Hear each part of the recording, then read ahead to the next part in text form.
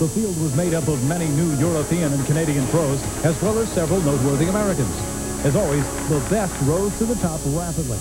Even two former WBF athletes were there, making their return to the IFBB ranks. David Durst and the more than intimidating Jim Quinn, who at 270 pounds was the biggest on stage. But after the backstage sight game was over, it got down to serious competition on stage. Sporting a dramatically improved body was 10th place finisher Joe Spinello, a former Canadian champion. Joe had always come in totally conditioned, but lacked the thickness to threaten anyone at the pro level, until now. He also maintains a healthy balance in his life where the sport is concerned. You look at the bodybuilders who have a balanced life, who tend to excel in the sport. They tend to last and always do something and always better themselves. Those who make bodybuilding all their life tend to get bored of it and tend to let go one moment or another. Taking ninth place was a 20-year-old who had just received his pro invitation 5 days before. The sensational Lee Priest, known as Mr. Destiny, had won the Mr. Australia title twice, and as a teenager no less, but couldn't get his pro card until now. Lee was training at Gold's Gym in Venice when in walked NPC President Jim Mannion. One telephone call to IFBB Vice President Wayne D'Amelia, and you have bodybuilding's newest pro.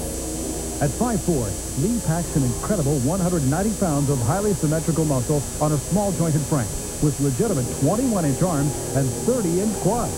Although nobody had heard of him at the show, Lee Priest will soon be a household name to every bodybuilder. Kevin McGaunn returned to Niagara Falls after receiving the Most Improved Bodybuilder award the year before. Settling for 8th place, Kevin looked much healthier than last year and in much better shape. He's always been known for his Kevin is learning that it takes the whole package to win a professional contest. Henderson Thorne roared into 7th with a huge Canadian contingency cheering him on.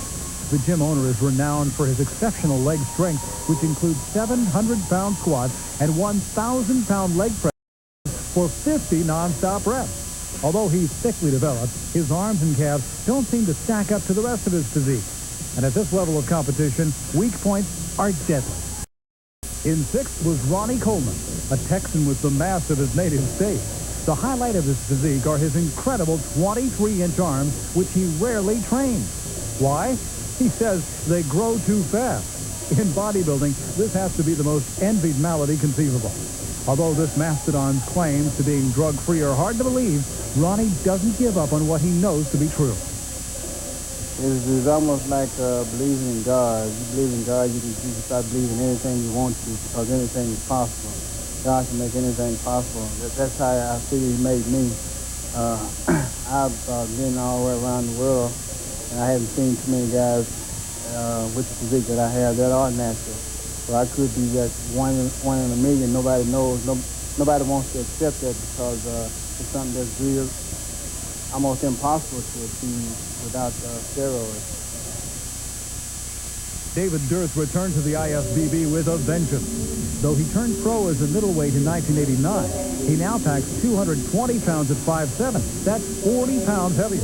No longer is the criticism he needs more size ever to be heard again. And since Dave has always been a master of contest preparation, he'll surely be competing successfully for many more contests.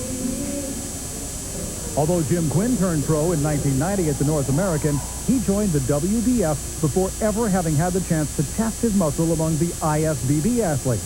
Many critics said he never would have done well in this tougher organization. Well, Jim Quinn proved them wrong by placing 4th in Niagara Falls, showing a thick, vascular, and downright awesome 270-pound physique.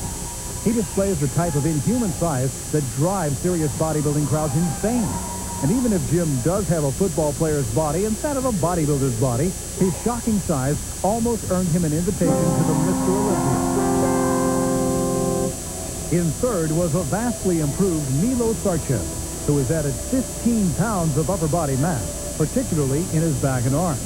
The Serbian king of symmetry had taken off from competition a full 7 months just to grow. That's a marked change in strategy for Milos when you consider he competed in virtually every pro show on the circuit for the past 2 years.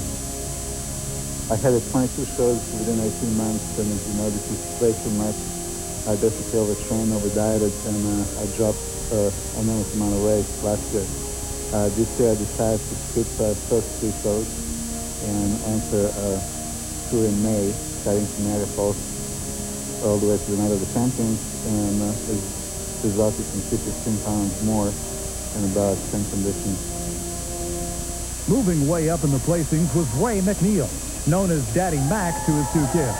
Although his enormous upper body hasn't been rewarded at any other pro contest, in Niagara Falls, it was a different story. Being a father himself, he has advice to any youngsters watching. I think everybody needs something to keep them motivated.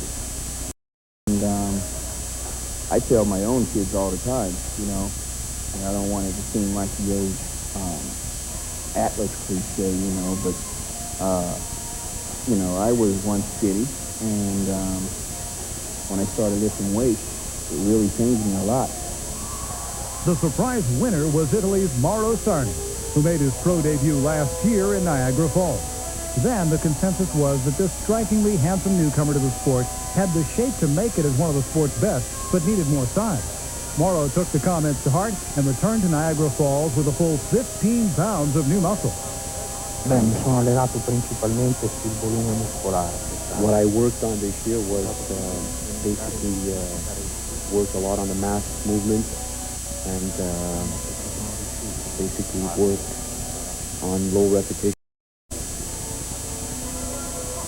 The 1993 Niagara Falls Pro Invitational had the best caliber of contestants seen since Eddie Robinson won in 1990.